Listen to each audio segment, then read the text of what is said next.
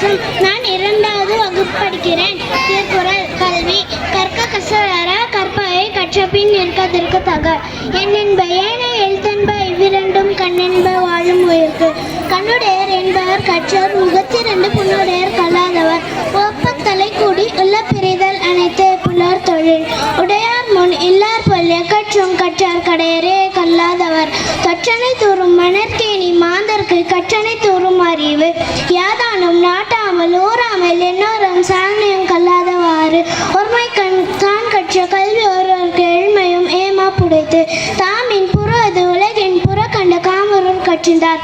கேடில் விழுச்செல்லும் கல்வி ஒருவருக்கு மாடல மற்றவை. வாய்மை வாய்மை எனப்படுவது யாதெனின் யாதொன்றும் தீமை இல்லாத சொல்லல். பொய்மையும் வாய்மை இடத்த புரை தீர்ந்த நன்மை பயக்கும் எனில். தன்னென்று அறிவது பொய்யற்கு பொய் தப்பின் தன்னெஞ்சே தன்னை சுருள். உள்ளத்தால் பொய்யா தொழிலின் உலகத்தார் உள்ளத்தில் எல்லாம் உணர். மனத்தோடு வாய்மை மொழியின் தவத்தோடு தானெஞ்சே வாரின் தலை.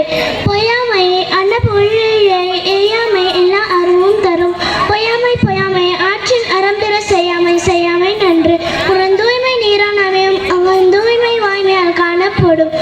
எல்லா விளக்கும் விளக்கல்ல சான்றோர்க்கு பொய்யா விளக்கே விளக்கு. யாமை அக்கண்டவற்றில் இல்லை எனை தோன்றும் வாய்மையின் நல்ல பிற. நன்றி.